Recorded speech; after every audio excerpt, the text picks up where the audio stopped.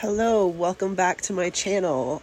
Today we're painting some birds, and I thought it would be kind of cool to show you my process of watercolor and then adding mixed media on top. So for watercolors, I'm using my new set of Mungyo watercolors that I just got, and they are awesome.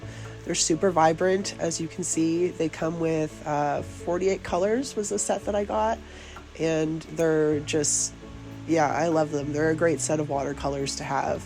Not sponsored in any way. I just really enjoy them, and I've heard other artists talk about them on here. Also, excuse my voice. I am a little sick, so just let's roll with it. But yeah, one of my favorite things about this technique is you just blob on watercolor in the shape of the bird, the flowers, whatever it is you're doing. In this case, a bit of everything. So you just kind of blob it on, let it dry. So I'm starting another bird here. And I love these watercolors because they're very vibrant. I've tried other watercolor sets in the past and they just don't come out like this. They're much harder to get pigment out of. You have to really like rub the brush into it. But this one, you just barely touch the brush and the color is just beautiful. So as I let that other bird dry, it's the one downside of using watercolors. You do have to let things dry, and I'm not very patient, but I don't like the sound of hair dryers, so I never use them in my work. But for this first bird, it finally dried, and now we're coming back in with some Prismacolor pencil crayons. I absolutely love doing mixed media, and this is where you get to shape the animal. So you kind of you do the outlines, and you start filling things in. And the cool part about putting the watercolor on first is that it makes things very loose without even like you really trying to make things loose. So there's going to be little splotches that don't fit in the lines. There's going to be little bits and bobs that are kind of outside of like how I'm drawing in here with the Caran d'Ache Neo Color 2s, which are awesome crayons. But there's still, you see like the left out yellow and the pink that's not really supposed to be there, but it is. But it adds this layer of looseness to the work, and I really enjoy that. But Neo Color are water solubles. Neo Color 2s are water solubles. And so you can actually put them down on the paper and then take a wet pencil or a wet brush or whatever and just go over it, and it turns into kind of like a watercolor as well, which is really fun. But I like using them as crayons more so than anything. I also like using ink pens to define certain aspects of my drawings, so like beaks and eyeballs. But one thing which I forgot here is if you put down Neo Color, because they're wax based too, if you put that down and then you put a pen on top of it, it doesn't go very well. And it kind of messes up your pen, so you have to like take a step back and like rub your pen on a paper to get it off the wax. So I forgot about that little part. But yeah, I'm coming back in here with some more Neo Colors just to add a little bit of brown to the eye. And then defining some more. You really have to trust the process when you're doing this mixed media work. They look really funny as blobs of watercolor at first, and then they look even more funny when you're trying to define the shapes and stuff. But I promise they do come together in the end when you use this technique. This one was giving me a little bit of a trouble though, just because I am not feeling the best. So, but I did end up being able to pull it together in the end here. But yeah.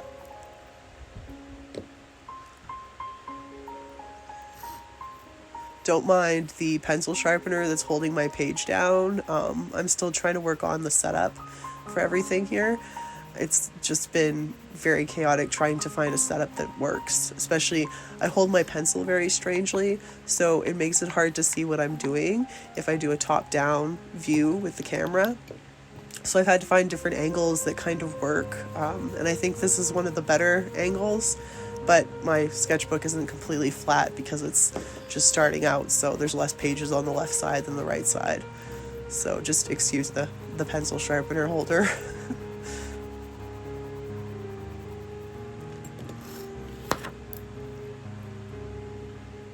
The other cool thing about Neo Colors is they're so bright. Like the colors are just beautiful. Like look at this pink.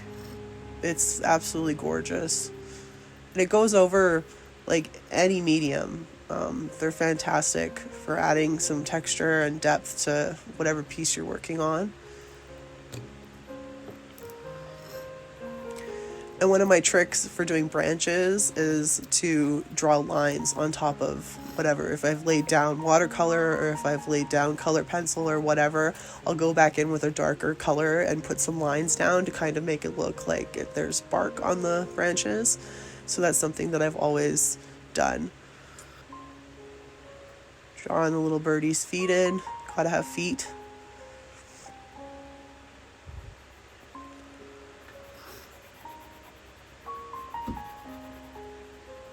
This is a Derwent ink pencil that I'm using, or ink pen that I'm using, and it's awesome because it's waterproof.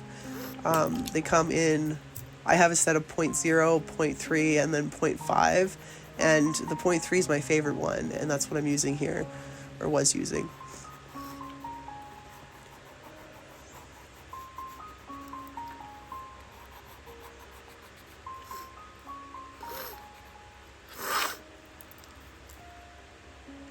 Now I'm using a black ink pen, black paint pen, to go over the eyeball situation, because seeing how the other pen didn't go over the wax so well, the paint pen goes over a lot better. Now we're going back to work on this other little birdie, just defining his shape with the Prismacolors. So you want to blob your paper in the shape of the bird with the watercolor.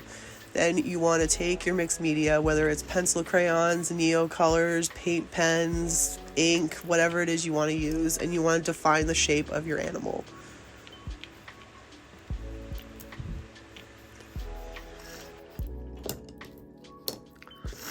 For birds, I know people get very freaked out by feathers.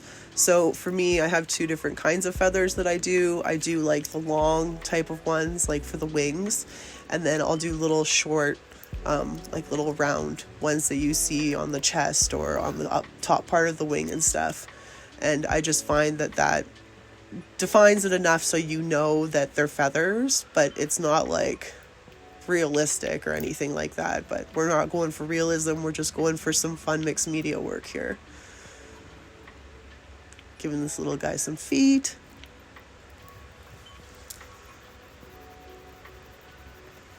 Doing some shading.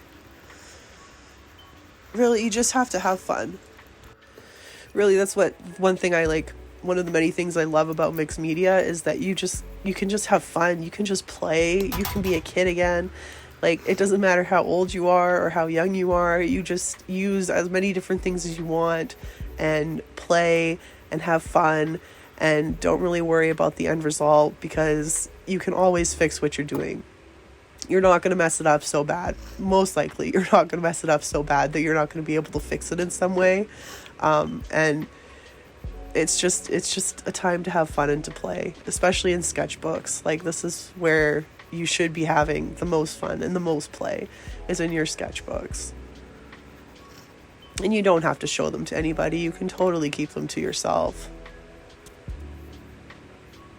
This is another one of my favorite neo colors. It's a red, and it's just absolutely beautiful.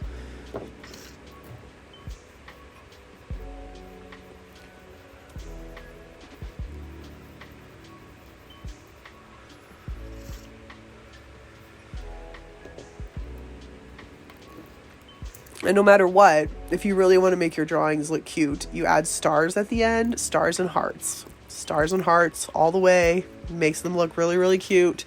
You just throw them on wherever, and they look great. I'm going to take a second here to mention that I have a sketchbook club that I've started over on my Patreon. I have the link in the bio where you can sign up, and we meet 4 times a month and have a sketchbook drawing session of different timed subjects. So this month we're doing birds, which I thought was a really good intro to do this video for.